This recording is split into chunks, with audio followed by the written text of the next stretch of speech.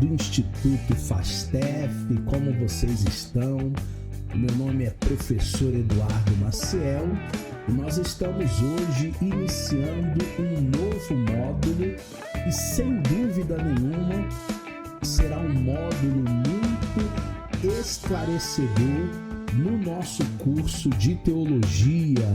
O nosso tema de hoje, na nossa primeira aula, é psicologia cristã.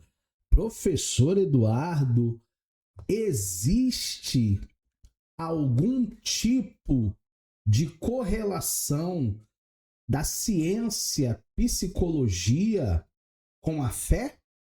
Será que nós podemos entender a psicologia e também entender que as duas coisas, ciência e fé, podem andar de mãos dadas? É isso que nós trataremos não só nessa aula de número 1, mas também ao longo de toda a nossa caminhada aqui no Instituto FASTEF. Então, prepare-se hoje para uma aula que certamente vai marcar a nossa história. O que vamos estudar, professor Eduardo? Hoje nós vamos fazer uma introdução da psicologia cristã, vamos falar também da cristianização da psicologia, falaremos ainda sobre o abismo entre a psicologia e o cristianismo e fecharemos a nossa aula de hoje, que é a primeira, com o desenvolvimento na visão da psicologia. Na próxima aula, a gente ainda vai falar dos desenvolvimentos na visão espiritual, mas hoje, essa primeira aula, sendo uma aula assim introdutória, a gente não poderia deixar de falar desses temas tão importantes. Conceituando o que é psicologia. Psicologia é a ciência que estuda o comportamento humano e os seus processos mentais. A palavra psicologia, ela deriva-se de uma junção de duas palavras gregas. A primeira é psique, que significa alma. A segunda é logos, logia, razão, estudo, conhecimento. Portanto, psicologia é o estudo da alma, o estudo dos sentimentos, é o conhecimento que verdadeiramente o ser humano precisa ter para viver uma vida melhor. Conhecimento esse psicológico, conhecimento esse terapêutico, conhecimento esse voltado à saúde mental, porque tudo no nosso corpo está ligado. Dentro de uma tricotomia, nós somos corpo, alma e espírito. Muitas vezes a gente cuida muito do espírito, mas negligencia o corpo. Outras pessoas cuidam muito do corpo, mas negligenciam a alma, as emoções. Então hoje, nós nessa primeira aula entenderemos esse conceito de psique. O termo alma, ele não deve ser tomado no seu sentido religioso ou metafísico, enquanto entidade espiritual, e sim como psique, estrutura biopsicossocial que anima o indivíduo. Nesse sentido de animar, é no sentido de dar a vida, né? De ser um ser não inanimado, mas ser um ser que tem vida, que tem bios. E falando dentro de 3 parâmetros aí, nós precisamos entender que alma para a psicologia não tem conotação espiritual. Alma, para a psicologia, tem conotação social. Então, é a vida física, são os pensamentos, é a psique e a maneira como nós socializamos, a maneira como nós nos comportamos.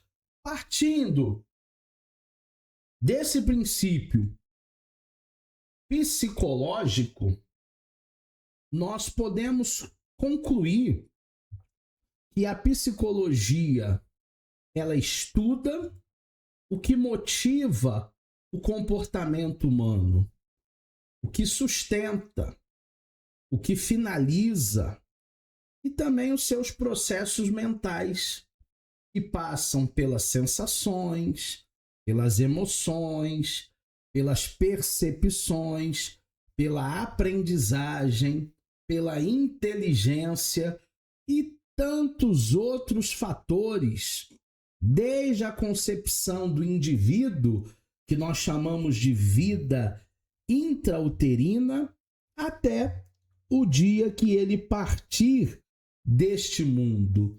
É interessante entender o ser humano como um ser subjetivo. Apesar de nós termos algumas sensações, não são iguais. Apesar de termos várias emoções, podem não ser a resposta naquele momento dentro de um grupo. As percepções podem divergirem, a aprendizagem pode ser em um momento, em uma fase, de um modo. A inteligência também pode ser uma inteligência para algumas coisas, pode ser uma inteligência para outras coisas. Então, a psicologia, ela é uma ciência muito ampla, aonde nós observaremos todos esses fatores que fazem parte da vida. Trata-se de psicologia na igreja, ou tratar de psicologia na igreja, melhor dizendo, ainda é um grande tabu, ainda é um grande desafio. Assim como nós temos defensores entusiastas da ciência, nós também temos críticos severos, como tudo na vida, né? Tudo na vida nós precisamos ter o bom senso, ter o cuidado com o extremismo, nem tanto, nem tão pouco. Existem hoje, graças a Deus, muitos colegas pastores que são psicólogos, que são terapeutas, que são psicanalistas, mas também existe um grupo aonde eles pensam de outra maneira e são assim críticos, né, severos, ferrenhos a qualquer tipo de ciência. Existe um preconceito na realidade. Quem nunca ouviu expressões como: o meu psicólogo é Jesus, eu já tenho Jesus, eu não preciso ir em psicólogo não. Crente não entra em depressão.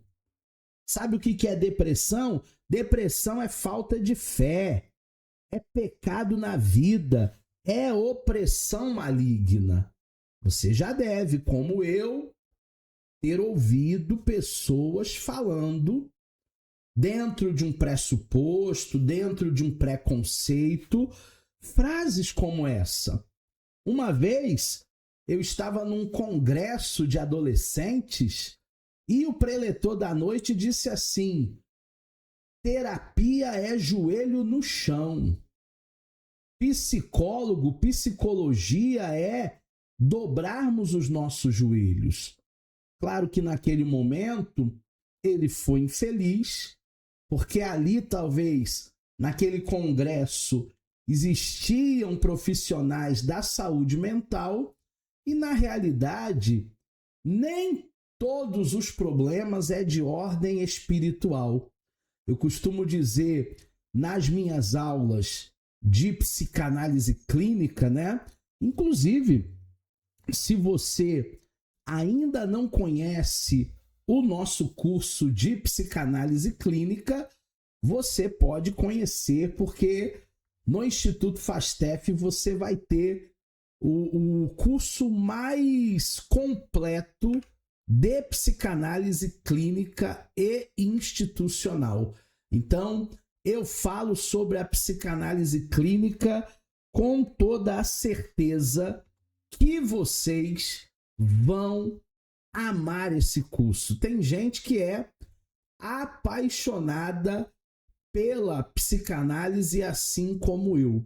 Então, se você quiser se matricular, você tem um desconto de aluno. Aproveita esse desconto de aluno. Você pode, aqui nesse QR Code, escanear, pedir o seu desconto e fazer parte aí do nosso curso de psicanálise clínica para aprender muito, mas muito mesmo. Você vai, com certeza, se apaixonar pela psicanálise clínica, assim como eu sou um entusiasta, eu sou até meio suspeito de falar. Terapia com psicólogos, com psiquiatras, com psicanalistas é coisa de maluco. Eu não tô louco. Eu converso com Deus e tudo fica resolvido. Então, há pessoas que pensam assim porque desconhecem a ciência. Eu costumo dizer para os meus alunos de psicanálise que eventos espirituais se tratam em lugares espirituais. Só que eventos da psique se tratam em lugares da psique. E muitas vezes nós queremos tratar os eventos em ambientes errados. Eu quero tratar uma depressão dentro da igreja. Não consigo. Eu quero tratar um problema de maldição espiritual dentro do consultório terapêutico. Também não é possível. Cada evento precisa ser tratado no seu respectivo lugar. O que os meus irmãos vão pensar se eu disser que eu estou indo a um psicólogo, a um psicanalista, a um psiquiatra? O que as pessoas vão pensar de mim? Como é que eles vão olhar para mim? Como é que eu vou encarar essas pessoas? Então você vê que o preconceito parte mesmo de nós. Os maiores preconceituosos somos nós. E muitas vezes nós estamos sofrendo, muitas vezes nós estamos em luto, muitas vezes nós temos tendências suicidas, muitas vezes a pessoa, se não está, chegará na depressão. Qual deve ser a posição da igreja em relação à psicologia e às práticas psicoterápicas, né? Psicoterapias. Mas por que falar da posição, professor, da igreja? Porque nós, nessa disciplina do nosso curso, estamos fazendo uma correlação da ciência, que é a psicologia, trazendo também para a fé cristã. Por isso que o nome da disciplina é Psicologia Cristã. Será que dá para fazermos essa correlação entre as duas coisas? Infelizmente, existe um extremismo perigoso quando se trata de psicologia ou de saúde mental como um todo dentro das igrejas. Muita gente tem esse preconceito.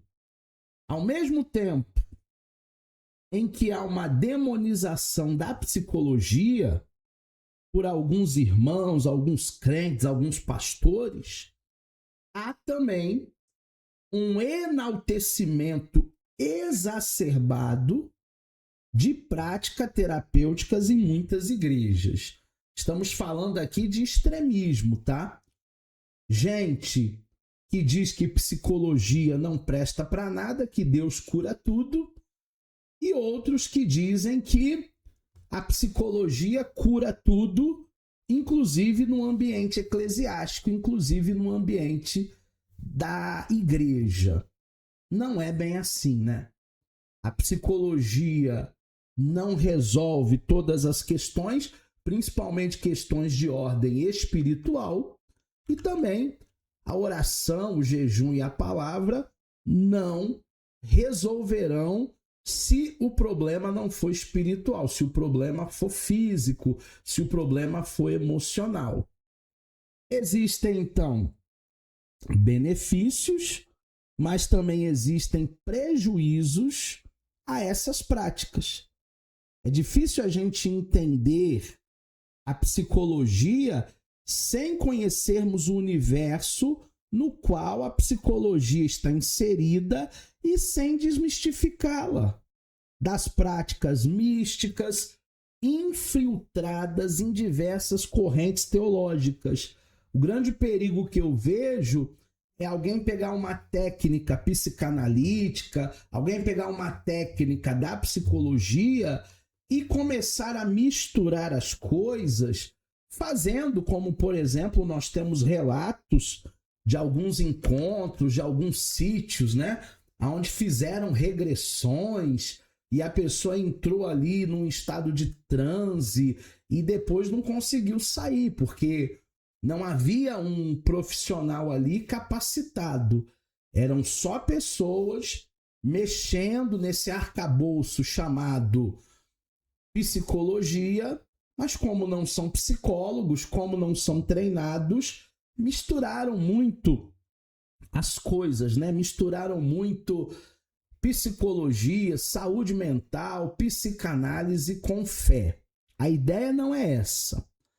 A cristianização da psicologia é o nosso segundo tema. Algumas pessoas, na interação de aproximar-se da psicologia, o cristianismo, né? Aproximar a psicologia do cristianismo, o que elas tentam fazer? Elas tentam cristianizar a psicologia, buscando interpretar conceitos bíblicos à luz de teorias psicológicas. Não! Nós precisamos interpretar os textos bíblicos à luz da própria Bíblia. É a primeira regra da hermenêutica. As escrituras interpretam as escrituras. A palavra explica a palavra. Como que nós vamos interpretar? Com hermenêutica, com exegese, com ferramentas teológicas. O problema é que quando queremos interpretar conceitos bíblicos com teorias psicológicas, nós fazemos uma salada mista. É como se pegasse abacate, como se pegasse leite, batesse no liquidificador e agora já não é mais nem leite nem abacate, agora já é vitamina de abacate, já é uma mistura, né? Ah, professor, mas vitamina de abacate não é bom, não é gostoso? Depende do momento, depende do horário do dia, depende da dieta de cada pessoa. Vamos falar de alguns teóricos muito importantes na psicologia, na psicanálise e também teóricos importantes para a nossa disciplina psicologia cristã. Alguns teóricos, como Sigmund Freud, o pai da psicanálise, consideravam a religião, por exemplo, como uma ilusão e uma das principais causas dos problemas humanos, porque ele era ateu. Humanistas como Carl Rogers e Abraham Maslow, na tentativa de valorizar o ser humano, mostrando sua necessidade de amor próprio, de autoestima, de individualização, colocaram o homem como um valor supremo no universo. Ou seja, Maslow e Rogers colocaram o homem como o único capaz de resolver os seus próprios problemas. Será que tudo que eu preciso está dentro de mim? Será que a teologia do coach, acredite, é hora de vencer, essa força vem de dentro de você? Será que tudo que eu preciso para vencer as minhas lutas, para vencer os meus problemas, realmente está dentro de mim? Eu não preciso de mais nada a não ser de mim mesmo? O Jung, por exemplo, ele foi conhecido por fundar a psicologia analítica. E o Jung entrava sempre em conflito com o pai dele, o Johann Paul Jung. Esse pai era um pastor fervoroso de uma igreja reformada lá na Suíça. Esse homem, ele tinha uma fé incondicional que o filho não compreendia. Jung questionava os dogmas da igreja protestante. Ele não aceitava muito bem os princípios ensinados pelo pai. E isso é muito... Essa linha é muito tênue, isso é muito problemático, porque Deus, ele não tem netos, né? Deus tem filhos. Aquela história de que o meu pai está orando por mim, a minha mãe está orando por mim, não. Eu preciso fazer a minha parte diante de Deus. O problema é que nem tudo, se é que você me entende, é Deus que está pedindo para você fazer. Existem coisas que pastores fazem, obreiros fazem, diaconisas, diácono fazem, que são coisas meramente religiosas, obrigações religiosas. O Jung, ele teve um conflito muito forte com o pai e ele começou a questionar essa fé incondicional do pai, esse amor incondicional à igreja, porque existem pessoas que verdadeiramente estão no primeiro amor e eles querem estar todos os dias na igreja, de manhã, de tarde, de noite. Só que, se eu estiver todos os dias na igreja, eu posso negligenciar a minha família. Eu posso negligenciar o meu casamento. Eu posso não ver meus filhos crescendo. Então é preciso sim dividir. Porque apesar de pastor, eu também sou pai. Apesar de pastor, eu também sou marido. Apesar de pastor, eu também sou professor. Então eu preciso dividir o meu tempo. Aceitar as teorias psicológicas sem antes passá-las por um crivo bíblico é um grande erro que pode ocasionar vários problemas. O que nós temos que compreender é que existem aspectos na psicologia bíblica que estão fundamentalmente em oposição com outros aspectos. Muitas vezes, aspectos bíblicos vão esbarrar em teorias psicanalíticas e vice-versa, tá? Teorias psicológicas vão esbarrar em alguns fatores, doutrinas bíblicas. Por isso que nós temos que ter uma cabecinha arejada para não irmos nem para um extremismo, nem para o outro extremo, mas viver uma fé, no mínimo, equilibrada. Como cristãos, devemos ter uma visão mais eclética, mais equilibrada da psicologia, buscando conceitos, pressupostos que não contradizem a palavra de Deus. O próprio apóstolo Paulo escreveu isso em 1 Tessalonicenses 5:21, é um dos textos que eu mais gosto na Bíblia. Examinai tudo, retém o que é bom, retende o bem. Se você for uma pessoa que tem uma mente arejada, você não vai ter preconceito com nenhum tipo de ciência.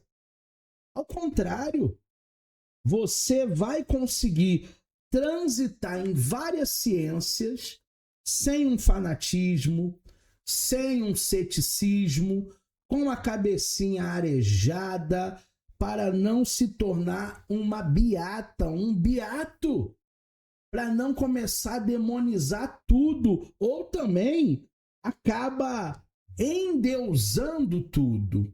Então, muito cuidado com o perigo do extremismo. O outro extremo, que também é perigoso, é tentar psicologizar o cristianismo. A psicologia, como ciência, tem o seu devido valor. Tratá-la como se fosse um outro evangelho não é legal. Tratá-la como o evangelho do aceite-se a si mesmo, que se contrapõe ao evangelho de Cristo, é sem dúvida tentar espiritualizar os conceitos fundamentados em comprovações científicas e aceitáveis que explicam o comportamento humano. De um lado, nós não podemos tentar cristianizar a psicologia. Por outro lado, a gente não pode tentar psicologizar a Bíblia. São dois extremos que a gente precisa entender as devidas proporções. Caso contrário, eu vou fazer da psicologia o quinto evangelho. E os evangelhos são apenas 4. Mateus, Marcos, Lucas e João. Caso contrário, eu vou querer trazer pressupostos que são apenas bíblicos, cristianizando a psicologia, psicologizando a Bíblia, e isso não é salutar. Nós não precisamos substituir o evangelho pelas teorias psicológicas. A Bíblia por si mesma ela é autossuficiente. Porém, também demonizar a psicologia é negar o valor da ciência. Nem tanto, nem tão pouco. Vamos apreciar com moderação. Quando eu vou à igreja domingo, eu quero ouvir uma palavra bíblica, eu não quero ouvir psicologia. Mas se eu estiver fazendo um gabinete pastoral com alguém que está sofrendo, eu posso usar algumas técnicas da psicologia, da psicanálise, para me auxiliar, me ajudar nesse tratamento comportamental. O terceiro assunto da nossa primeira aula, para não ficar muito extensa, muito cansativa, é o abismo que existe entre a psicologia e também o cristianismo. A aceitação sem questionamento. No mínimo, isso aí é burro, tá? Quando você aceita praticamente tudo que alguém fala sem raciocinar, sem questionar, sem refletir, no mínimo isso aí, me perdoe o português, é idiotice. Aceitação sem questionamento das práticas psicoterapêuticas dentro das igrejas pode representar um grande problema, um grande dano. Eu conheço colegas pastores aí que perderam suas igrejas Porque misturaram tudo. Perderam ovelhas. Psicologia e cristianismo são dois caminhos diferentes que parecem até ser próximos, mas que ao mesmo tempo são muito distantes. Existe um grande abismo que separa um e outro, porque um é fé, religião, o outro é ciência, teorias, hipóteses. Então nós temos que ter o cuidado para não fazer uma vitamina de abacate, saber que abacate é abacate, que leite é leite, e as duas coisas podem ter sim alguma correlação ou muitas correlações, mas respeitar o limite de cada uma. A psicologia lida a natureza do homem, como ele vive, comportamento, e como ele muda ao longo dos anos, porque a gente vai evoluindo, a gente vai crescendo. Já a Bíblia lida exatamente com as mesmas questões. No entanto, os principais ensinamentos da psicologia contradizem ou comprometem muitas vezes os ensinos das Escrituras. Então, se eu levar uma mensagem para as ovelhas domingo apenas com um viés psicológico, de cura interior e de tantas outras coisas, mapeamento da alma, pré-natal espiritual, tantas invencionices, eu acabo me distanciando do verdadeiro evangelho. Por isso, precisamos entender a ciência, por isso a minha brincadeira até com propaganda de cerveja, né? Aprecie com moderação. Nós podemos estudar psicologia, mas nós não podemos misturar essas duas esferas. E o nosso quarto e último assunto da aula de hoje, nas próximas aulas ainda teremos muito mais. Vão haver muito mais assuntos, por isso que você não deve perder nenhuma das nossas aulas. O nosso último assunto de hoje é o desenvolvimento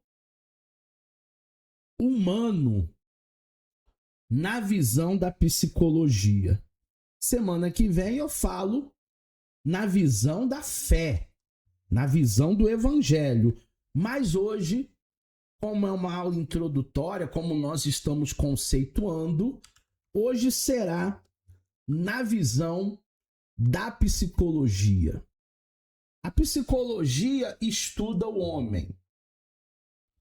Esse homem está dentro de uma visão tridimensional, que consiste nos fatores biológicos, nos fatores psicológicos e nos fatores sociais.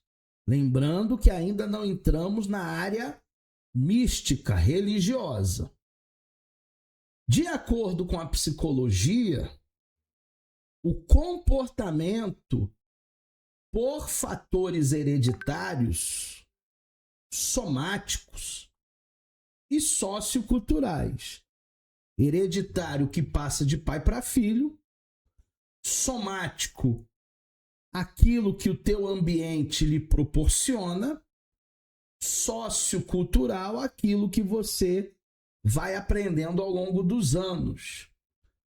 Todo o processo de desenvolvimento, de ajustamento humano, é voltado para esses aspectos. Então, o bicho-homem, porque nós somos um ser racional, um animal racional, o bicho-homem, ele está em construção. Nós estamos em desenvolvimento. A cabeça que eu tinha quando era adolescente, com os meus 13, 14, 15 anos é a mesma cabeça que eu tenho hoje com quase 50? Não. Muita coisa evoluiu na minha vida, muitas experiências, muitas vivências, muitas coisas aconteceram no decorrer desses anos.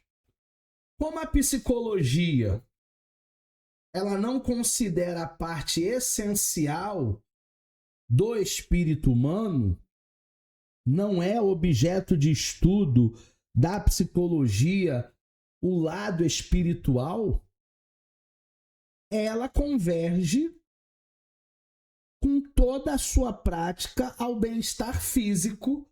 A pessoa tem que estar bem fisicamente. E o bem-estar emocional. Ela tem que ter bons pensamentos. Desconsiderando, por exemplo, a existência do pecado, que para nós cristãos é uma realidade, e dos males causados por ele. Porque o pecado veio para estragar tudo.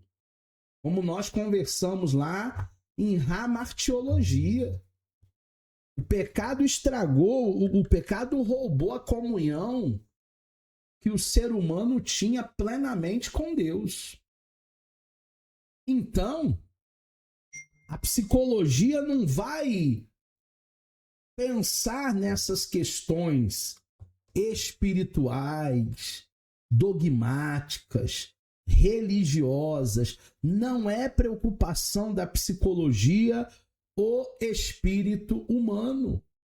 Por exemplo, na psicologia do behaviorismo, que é uma psicologia comportamental, o que vai ser discutido é que essa psicologia defenderá que o ser humano é fruto do seu meio social. Ele é produto do meio, como disse o sociólogo Emile Durkheim. E se nós aceitarmos essa linha de pensamento na íntegra, a gente acaba abdicando dos ensinamentos bíblicos. A Bíblia responsabiliza o homem pelos seus próprios atos. Existe uma figura de linguagem chamada metástase. E quando Adão chega para Deus e diz assim: a mulher que tu me deste, ele está usando uma figura de linguagem de metástase. Ele não se autorresponsabiliza pelo seu erro, pelo seu pecado. Isso é muito perigoso, turma. Nós precisamos nos responsabilizar pelos nossos erros, pelas nossas faltas, pelos nossos acertos. O homem, ele é responsável, mas a psicologia behaviorista não vê assim. O homem, coitadinho, é vítima, é produto do meio. Eu nasci assim, eu vivi assim, eu cresci assim. É a síndrome da Gabriela. Deus nos deu livre-arbítrio. Apesar da gente receber muita influência do meio social, nós não podemos atribuir 100% do nosso comportamento é decorrente ao meio social. Ah, mas porque minha mãe fazia assim? Ah, porque meu pai fazia assim? Ah, porque lá na comunidade onde eu morava era assim? Aquilo ali era normal? Gente, Deus deu livre-arbítrio, poder de decisão, poder de escolha para cada um de nós. Existe uma capacidade que talvez você nem esteja vendo, mas Deus colocou aí, que é uma capacidade de você fazer suas próprias escolhas. A psicologia, ela diz que nós fazemos durante um dia, em média, 21 mil escolhas. Desde a hora que a gente acorda, levantar ou ficar mais 5 minutos na cama, escolha. Escovar o dente ou ir bafudo para o trabalho, escolha. tomar banho ou ficar fedorento até voltar? Escolha. Comer alguma coisa ou esperar ter fome para comer? Escolha. São 21 mil escolhas por dia que a psicologia diz que nós fazemos. Então o ser humano ele precisa ser responsável pelas suas próprias escolhas. Já a psicanálise, por sua vez, ela vai tratar da formação da personalidade. Ela vai mostrar que nós possuímos um superego. O superego na psicanálise é uma censura que nós temos, que nos regula, que regula o nosso comportamento. É como se fosse uma consciência moral do homem que dita o bem a ser procurado e que determina o mal que deve ser evitado. Quando você entende o que é o superego, ele é o balizador. Porque o id diz assim, eu quero agora. E o ego faz você refletir, será que vai ser bom? E aí o superego entra e diz assim, não, melhor não, deixa para o mês que vem. Deixa para daqui 3 meses. Ou então, deixa para lá. Eu só vou perder, não vou ganhar nada. O superego, ele é desenvolvido através dos valores que nós recebemos da sociedade, tendo uma função de inibir, através de punição ou sentimento de culpa, qualquer impulso contrário às regras aprendidas pelo indivíduo. Então, quando você era criança, o teu superego estava sendo formado e a sua mãe achou lá na sua mochila da escola um objeto que não era teu, uma lapiseira que ela não comprou, e aí ela forjando o teu superego, ela disse assim, de quem é isso? Ah, é do meu amiguinho que me emprestou e eu esqueci de devolver. Então amanhã você devolva. Não é seu. E aí, através daqueles valores, daqueles princípios que foram implantados, nós construímos o nosso superego.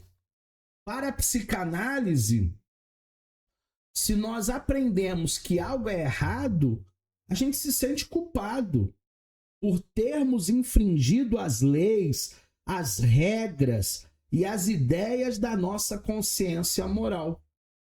Se, porém, nós não aprendermos, se a gente se sentir livre, nós não somos afetados pela consciência.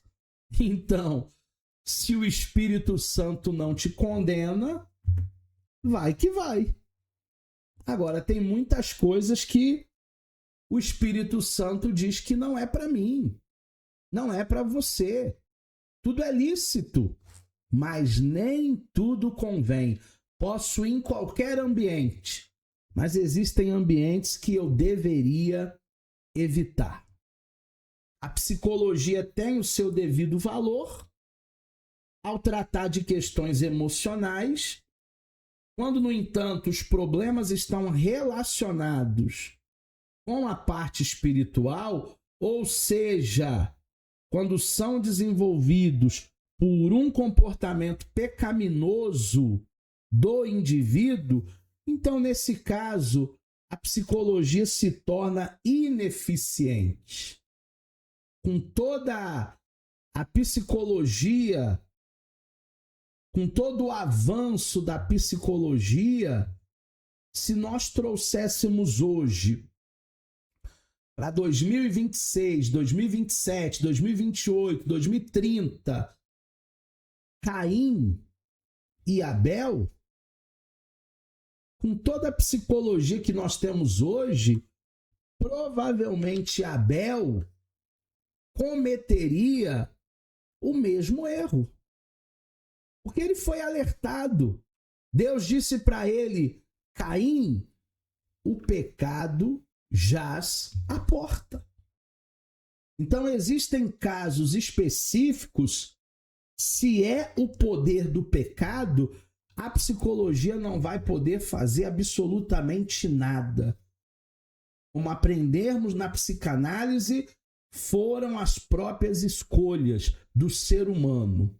E toda ação tem uma reação. E toda escolha gera uma recompensa. Pode ser uma recompensa boa, que legal. Pode ser uma consequência ruim. Que nós possamos ter melhores escolhas, fazer melhores escolhas, que nós possamos entender que eventos espirituais se tratam em lugares espirituais, que eventos da psique se tratam em lugares da psique, ambientes da psique, e assim a gente vai conseguir viver mais e melhor.